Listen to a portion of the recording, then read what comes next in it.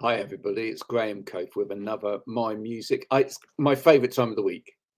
It's Friday afternoon. In a minute, I'm going to be speaking to the wonderful Touanda about her life in music. First, this.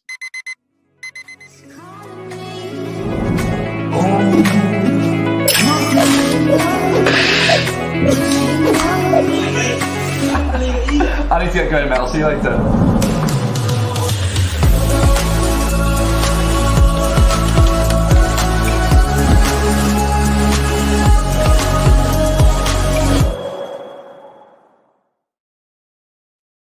Touanda, thanks so much for joining me this afternoon.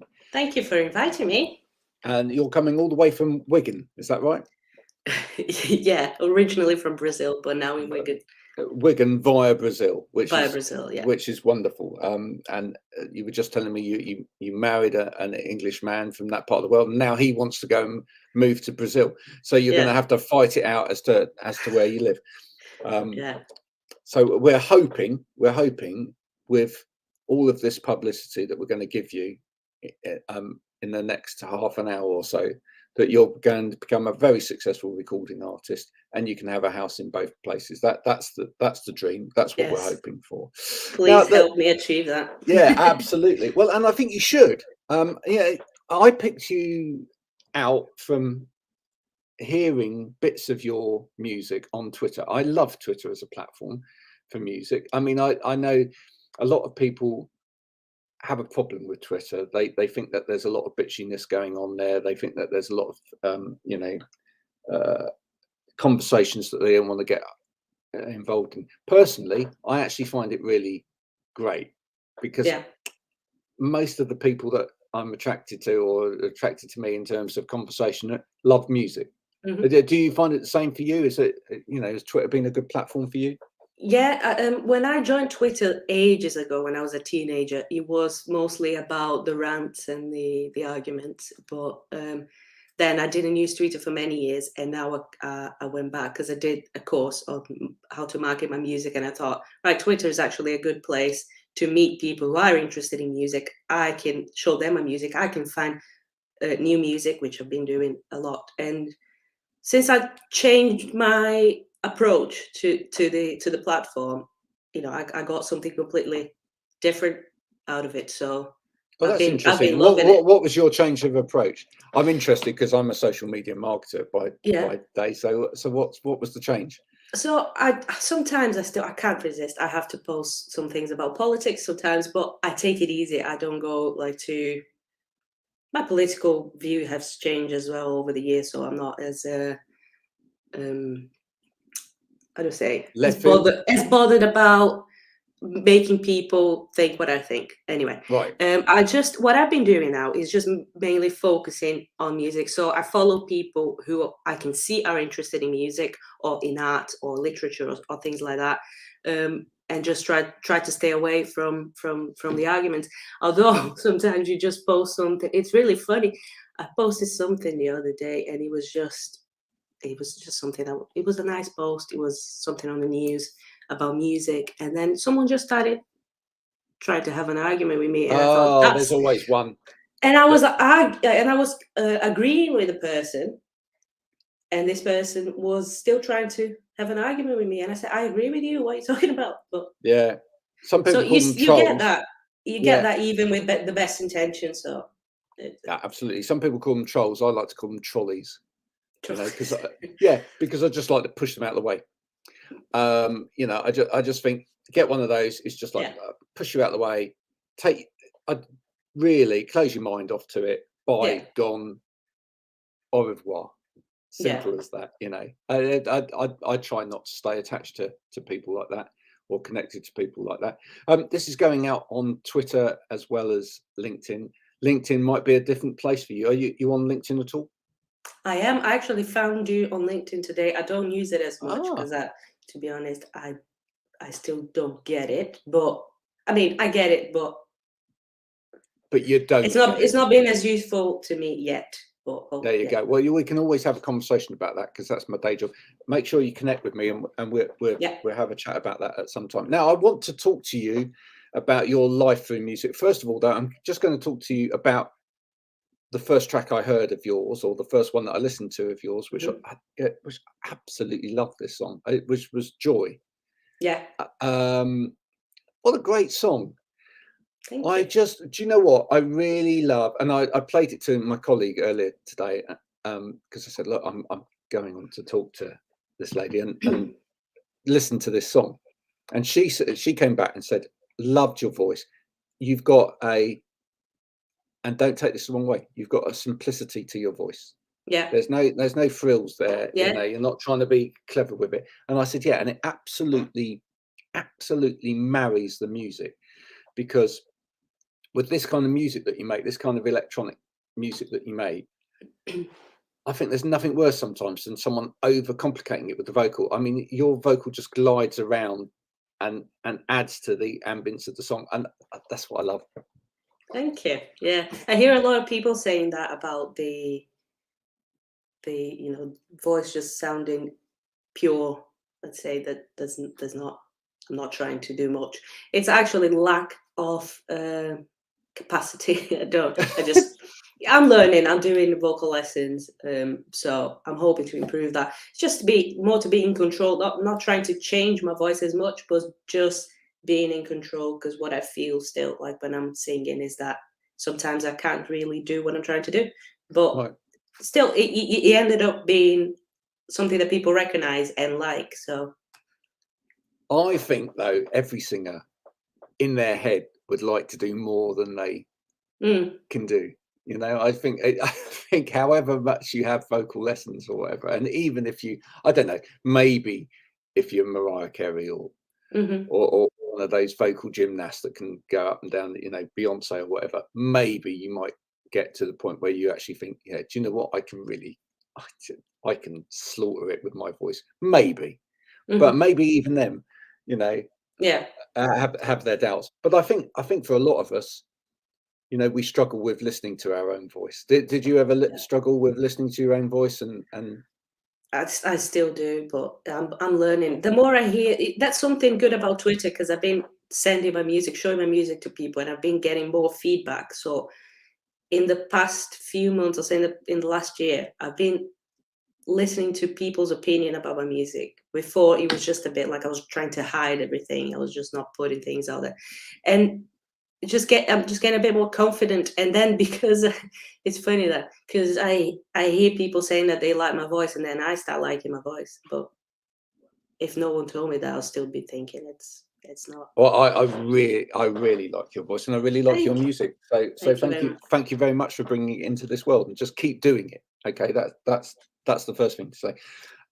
Take me back. Where did music start for you? I'm particularly interested because you're from a different country. You're from Brazil. Yeah. What was that like growing up? Where did music? So my dad, he's not a musician, but he loves music. He's just like us, always listening to music at home, and he used to listen to a lot of different things. He has a huge vinyl collection, so he used to put all the Beatles, like the original things from the 60s, from when he was a kid. He still got them in perfect condition, so he used to play those vinyls. So we used to listen to like 60s rock, and he used to listen to classical music as well, and just a lot of different things. He used to travel and bring he traveled somewhere once, and he brought back a traditional Scottish music CD for me and my sister, and then we were listening to that, and we absolutely loved it. I almost learned to sing the songs and just dancing in the living room. So, you know, just a lot of different music. And then I think obviously my interest in music was then just pretending, you know, like singing, pretending, me and my sister in the living room pretending we were singing. I think that made me want to do it I thought, oh yeah, when I grow up. Is this an older sister, younger sister? Younger sister. Younger sister. Okay. Yeah, so I was the band leader. She was the... I was going to say, you led the rebellion. Yeah. Then that's it. Brilliant. Oh, it's so cool when you have a parent that's like that, so in love with music. I'm always hoping that, you know, all of my kids, and there's 5 of them. 5 of them. Yeah, scary stuff. All of them will grow up loving music, and you know, and I think they will, because they all, just around the house or whatever, they just, you know, they all sing, and you can hear them expressing joy through through singing, Yeah. etc. And I know it's a weird thing to see, right, with children, because quite often they go through that phase where your music isn't cool, right? Mm. So my eldest, who is now 20, you know, when he was younger, it was like, Dad, really, you know, got, you know, playing this, that, and now he'll play it back to me and go, have you heard this? And I go, yeah. Yeah, I played that to you when you were like 7 and you told me it wasn't cool. So, you know, but it goes full circle. It goes full Yeah. circle, and it kind of goes into their psyche, which is great. I personally didn't have that from my parents. There's a story that's come out lots of times on the show. My parents didn't like music. Yeah. And for me, it was really that was part of the reason I got into music so passionately, was because my parents hated it. You wanted to annoy them. Yeah, Yeah. I think I did, really. Yeah, We so do that things to annoy our parent.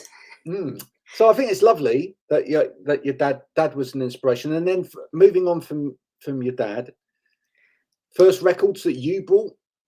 That I bought. Yeah. That I went to a shop and bought. I'm trying to remember. And be honest with this, right? Because Yeah. sometimes people come up with stuff that's far too cool. No. And I'm going to be honest. My first album was Father Abraham in Smurfland,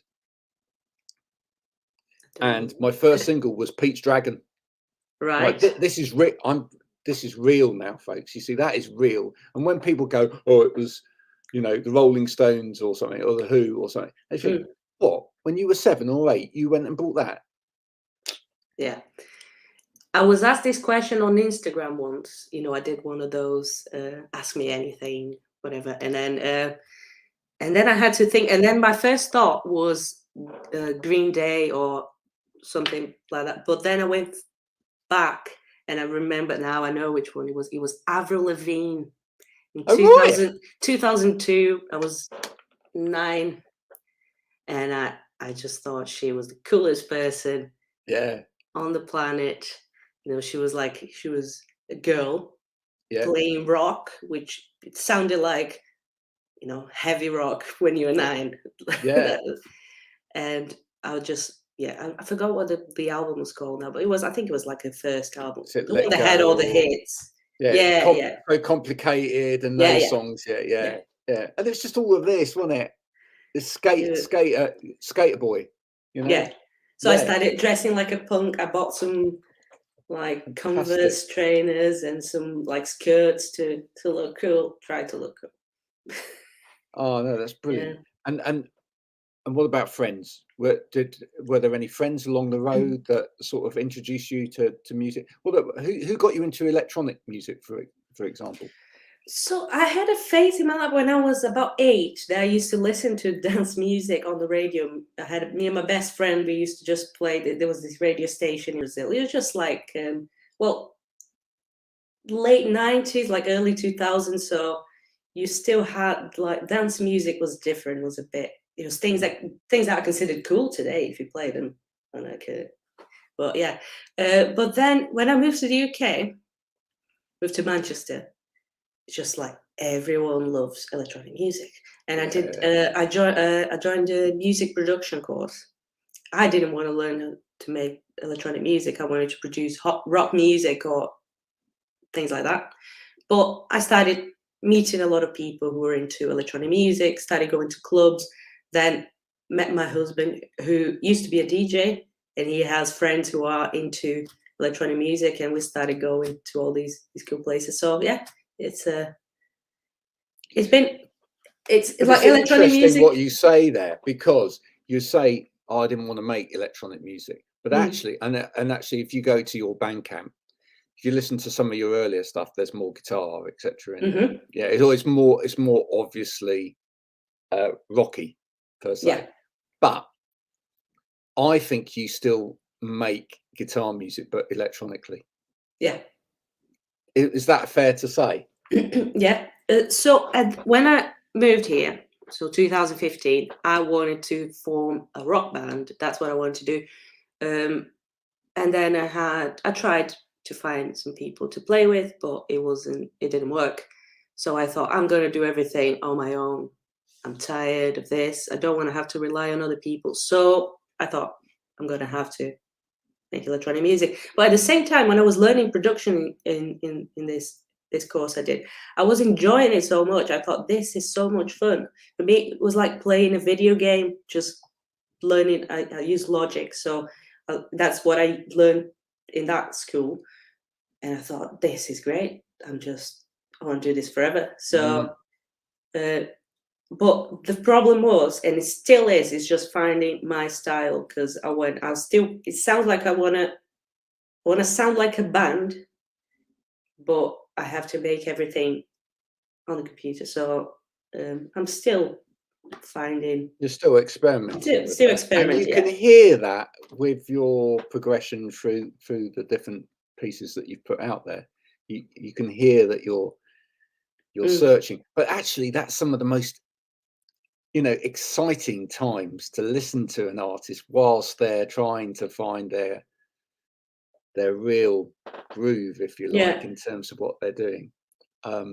So I would encourage people to go and have a listen to your Bandcamp now and just hear what you're playing at there. But the one thing that cuts through all of it is your voice, which is tremendous. What in terms of what you want to say in your music as well, does that change as well, or have you got a very clear path in terms of lyrically what you want to say? It's been since I started I started writing my first songs when I was a teenager, when I learned to play guitar and just started writing some songs. It's always, my songs have always been very sad. People say they're very sad, and I think I don't know, maybe I'm just doing therapy through music.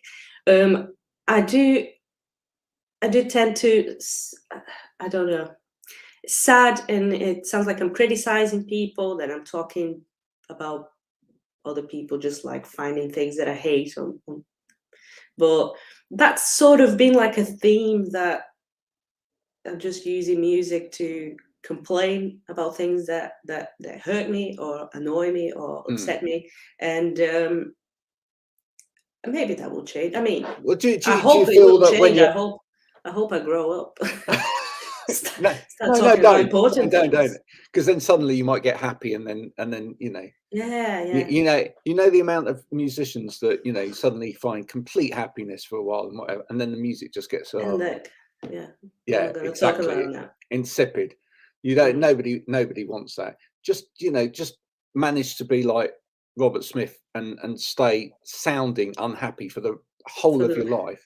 Right, even though I'm sure actually some of his songs are actually very joyous, and a bit tongue in cheek, and actually we don't perhaps understand quite the humour in some of the Cure songs. He's managed to sound relatively miserable for the whole of his life, and well done to him. It's served us all very well. But I loved hearing your experiment, and actually, in terms of the structure of your songs as well, I feel you really enjoy playing with time signatures and structures. Yeah. And is that actually something that comes out of learning this electronica music, if you like? Just being able to go, do you know what? I'm going to miss a beat there. So something important I've not said yet. I studied music composition back in Brazil before I moved here. I did my degree. It was like classical music, but what we learn is more like contemporary music. So that is this. I learned a lot about experimental music and like a completely different universe of sounds and what you can do. And I just try to use a bit like what I still remember from uni, but I try to use that. And so I always remember my professor in uni. He was very dramatic when you're writing a song, writing a piece of music, and it was getting a bit too boring or a bit too predictable. He would go, no, here you have to go. Like he would want you to be experimental and change things and surprise the listener. I don't think I can achieve all that, but that's still something in the back of my mind when I'm writing music. I just want to be a little bit innovative in small ways. Still be, not cheesy is not the right word. What's the word? Like catchy. Try to approachable. Yeah. This last song that I did, I don't know if you listened to it, Emptiness. Yes. I don't think I went too far, but I can see that that's like Joy. I released Joy before that, and then as a single on my own, I released some other music with other people, but and Joy, everybody loved it. Everyone was sharing it on Twitter, Instagram, and I was getting a lot of comments and people saying, "Oh my God, it's so cool! What a great song!" And then Emptiness. It really the title defines the feedback I got. Nothing like. I don't think, like, not even my mom liked this one, and it was because of that I was trying to go to push things a little bit. I do love Emptiness, but I think here's the point. I think you are now moving into, with what you're doing, you're now probably moving into longer structures. Mm-hmm. And by that, I mean, if you take Emptiness, whereas Joy, I think, sits as a single, and you release that you've released all of your music so far as singular songs, right? Well, there's some EPs out there with like several songs, but Emptiness to me is probably the first song that you've done where that sits on an album, right? And really, that will come in, that kind of music, that piece would really come into its own. You're going to go, really? But really come into its own once it sits in an album. And then, do you know what? I think everybody will love it. Does that make sense to you? Yeah. It's something I want to do. I've already written an album in my head. I just need to sit down, and I even got lyrics for the songs that I never wrote anywhere. I'm sure I'm going to forget them. But it makes sense. I always thought I wouldn't include any of the things I've already released in an album. I wanted to write an album from scratch because there's no point. My music has changed. There are some like singles that I released 4 years ago that it doesn't make sense to release that as an album now. No. But yeah, I might put Emptiness because that's something a bit more, that's more recent, that's reflect what I think the path I'm gonna take now. Maybe I might change my mind. Well, look, all I mean by that is when I listen to that, I suddenly want to hear more, and maybe that may be part of the reaction that you've got. Okay, whereas some things people can say to you, "Oh, that's brilliant. Do you know what? I love that. That was great. I've had that from start to finish. I've enjoyed that whole experience." With Emptiness, I just think people have listened to that and then go, and they're waiting for something more there, and I think that's because you are moving towards that album. I think you're ready for it now. There you are. That's the wise words of Mr. Coath, who's been there, seen it, done the t-shirt, had it emblazoned. I think maybe you're heading towards album territory, and maybe the time is right. I certainly would love to listen to a whole album of yours and just see how you hold my attention for 45, 50 minutes, because I think you could really do that. Oh, challenge accepted. I'll do that. So and you let me know if I got your attention for the whole time. So that's where you started. Where are you now in terms of what other things are you listening to personally at the moment? So recently, I've been going back to the things that I spent many years trying to find new music and learning, like electronic music or some other artists, even famous artists that in Brazil are not as famous, that in the UK they're quite big. So spent years discovering new music, and now I feel like I just feel the need to go back. So in the past few weeks, I've been listening to the stuff that I used to listen to when I was a teenager, the things that made me want to play guitar and made me want to sing. So yeah, but I still listen to new artists. There's this fantastic woman that I met through an online course. She's called JJ Lovegrove, and she's released an EP recently. She's from Nottingham, and last week it was she did a gig in Nottingham, and I drove down just for the gig, just to watch her. Got a lot of merch, and she's fantastic. She's doing a collaboration with a producer called Minus Cube. They've released some stuff together already, and I'm hoping I think they're going to do more stuff together. And it's beautiful. It's absolutely beautiful. And there's a lot of people that are still not known. Well, let's make sure when this goes out, and we go back to it in a minute or two over on Twitter or LinkedIn, etc. Let's make sure she's copied in. Yeah. Would you like to do any collaboration with her at some point? Oh, that would be great. Yeah, it would be absolutely great. We always try and make those things happen on this program, right. So we always try and see if we can get someone that you like to collaborate with you. In terms of heroes, etc., other than Avril Lavigne. I'm over that. Which might be an interesting collaboration. Is there anybody that you would, dead or alive, that you would love to have collaborated with or would love to collaborate with in the future? Is Dave Grohl too cheesy? No. Nirvana is my favorite band. It's been for many years. Yeah. And I can't collaborate with Kurt Cobain, unfortunately, but Dave Grohl is still, and he collaborates with a lot of people. I think he'll be up for it. I think he would. Yeah, no, I think he'd be completely up for it. What would you have Dave doing? Sing, guitar?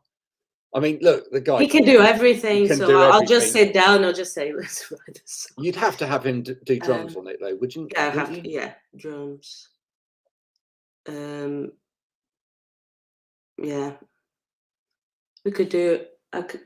Share the vocals as well. He needs to sing. Yeah, I think he has to. Singing and playing drums. Drums, yeah. And then you take care of the rest. I think that's a wonderful idea. So if people don't know where to hear your music, where do they go to? So all the usual places: Spotify, Bandcamp, Apple Music, it's all in there. What is your Bandcamp address, just so people know? I think it's fairly straightforward, isn't it? Touanda is just like most of my social media and stuff is just at Touanda or /Touanda. So Bandcamp is touanda.bandcamp.com. I think that's where to go. That is where to go. On my website, which is touanda.com, and that's got links to Spotify and all. You've got your little link, and you can listen to. Yeah, you can listen to my music on my website as well. Which is great. And I believe on Bandcamp at the moment there's a little bit of a deal. If you want to buy all of your releases so far, you can do that, and it's about £7 something or other. Yeah, I think so. £7 or £8 to buy the lot. Just get the whole lot, people. Get the whole lot. Don't mess around. Do actually. Yes, exactly. Do actually buy the music, because it's important for people, because they spend all of their time making it just for you. It's a personal thing. It's a gift just for you. And then if you don't actually pay for it, then it's a wasted gift. And then the artist can't make more, because they actually have to eat things. They need to go back to their office job. Yeah. No, absolutely. What did you do an office job? Oh, I don't want to talk about. Yes, I did. It was. What was it? Can we ask? No, we don't want to talk about it. It was a PPI company. Oh, You know, right. I mean, I'm not saying like I'm not. I don't want to talk about the actual people or anything like that. But it's just it was destroying my soul because this is what I love doing, and you Yeah. can imagine how putting a musician or an artist or someone who's got any ambition in life, and it's not just me. Other people who are into, there were people there with degrees in engineering and degrees in lots of different things, and they're stuck in their office, and it was just very sad to see. It's normally at this point I say to people about my T-shirt campaign to do with Mhm. Spotify, but I'm not going to go Spotify with you. I'm going to go that Touanda may actually produce, when the album's ready as well, she may actually also produce a T-shirt with a nice design on the front, and on the back it will say on it, "Thanks for buying this T-shirt because I didn't want to go back to my office job." Yeah. Signed, Touanda. That is the merch right Yeah. there. Okay. Thanks Yeah. for buying this T-shirt. I didn't want to go back to my office job. I just feel that a load of people could actually really resonate with that.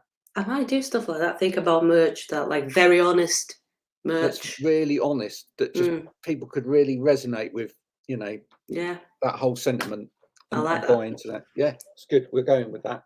That's good. Touanda, it's been an absolute pleasure talking to you today. I'm going to spend the rest of the afternoon listening to your music. Oh, thank you so much. No, it's an absolute pleasure. I look forward to speaking to you in the future. Yeah. Right, we can set our watches now of Hmm. when the album is done. Yeah. Right, it's going to happen. Well, keep in touch in the meantime because it might be a little while. Yeah. Keep in touch. Anything else that's coming out, let me know, Yeah. and I'll make sure that I, shout about it on the various platforms from time to time. But yeah, let's meet up again when the album's done. We'll meet up.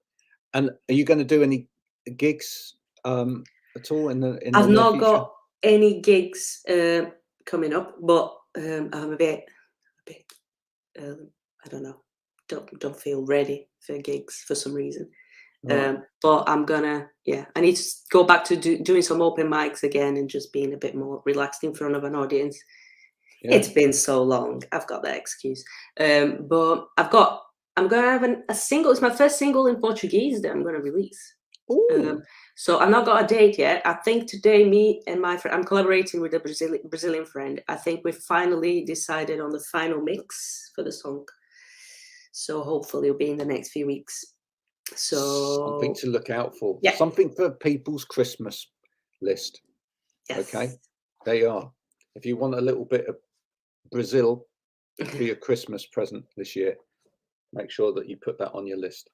Touanda, thanks so much for joining me today. Thank It's been an you. absolute pleasure. Cheers. Bye for Thank you. now. Bye bye. Thank Bye you. bye.